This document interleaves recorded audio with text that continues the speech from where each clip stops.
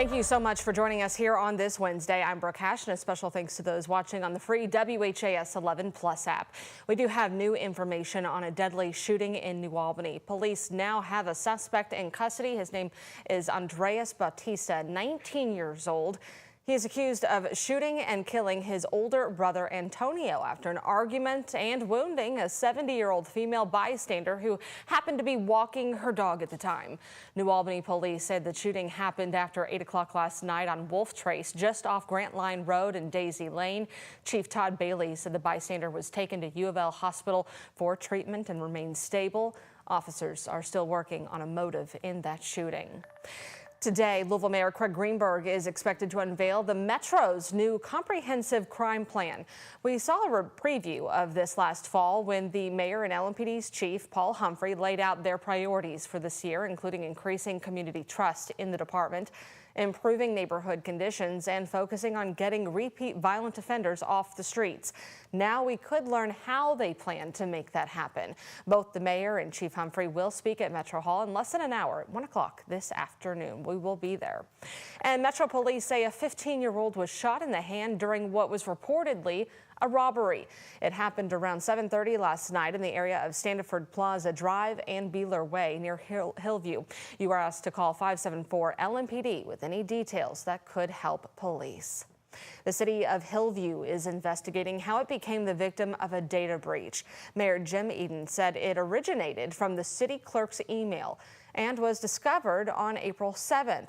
We're told the account was immediately locked. If you got a suspicious email from krichard@hillviewky.org between February 27th and April 7th, you are asked to report it to the city. Officials are still working to determine the extent of that breach. Louisville Fire is investigating a pair of fires on the very same block that broke out within an hour of one another. Firefighters responded to South 22nd Street just before 7:30 last night. We're told the first call was to a vacant house where crews battled heavy fire on the second floor. Then less than an hour later, crews rushed to a second home on that same block with fire on the second floor. There was no one inside either home. The arson unit is looking into both cases. Looking outside for your Wednesday afternoon, some beautiful blue skies out there and a warm up to the midday. That's right, Brooke. Yeah, you know, this is a day that I feel like a lot of us have been waiting for. Sunny temperatures right around their average ranges. Temperatures in downtown Louisville right at 63 degrees. We do still have a few of those breezes around west-northwest at 12 miles per hour, periodically gusting up to 20 miles per hour. So still a bit breezy for our Wednesday afternoon. Here's how things are looking on satellite and radar. You'll notice that we're continuing to stay in this clear and quiet pattern all across the Ohio Valley, staying free of cloud cover, and we're going to remain like this as we go throughout the rest of our day. The next 12 hours are going to include those temperatures gradually making their way into the mid-60s.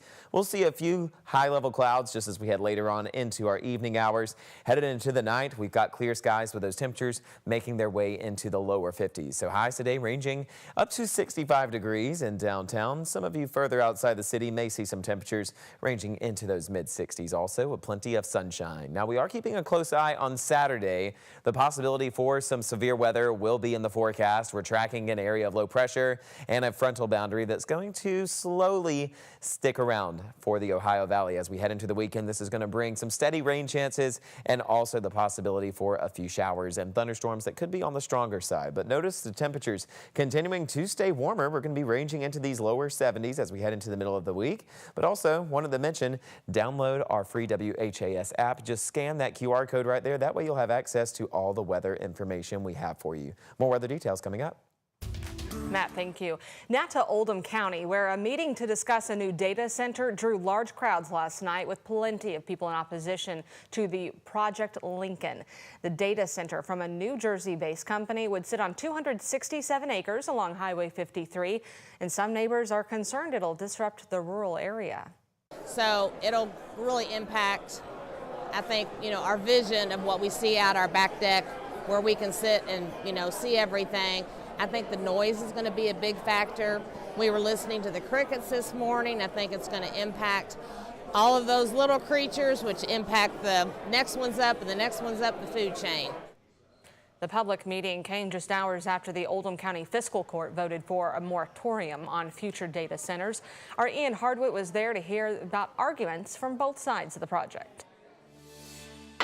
The opposition showed up in red, asking the Oldham County Fiscal Court to pause progress on a data center proposed by Western Hospitality Partners, a New Jersey-based company. Because we don't have the proper rules to consider an application, and we don't have adequate knowledge of the impacts of data centers in our community. Thank you.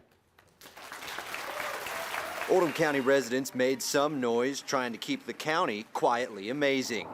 It's what the signs around town say, an old motto revived for a new cause. Winds are changing for these 267 acres along Highway 53. Here's a rough design of the center provided by Western Hospitality. Buildings full of servers fueling technologies like AI.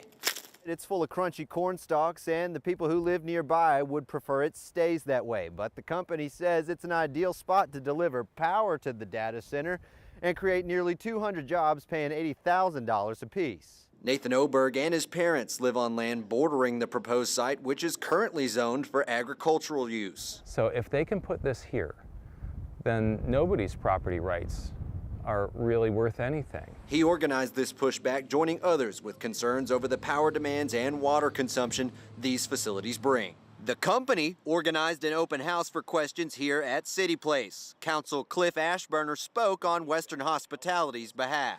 So we've tried to minimize the area that's being disturbed, and we think that an investment of this size is going to have significant positive impacts for the whole of Oldham County. While Project Lincoln works its way through the approval process, the fiscal court has voted unanimously for a moratorium on future data centers. If approved by the Planning and Zoning Commission, it would pause future considerations for 150 days. In Oldham County, Ian Hardwick, WHAS 11, on your side. The conversation is expected to pick up on May 21st during a technical review committee meeting.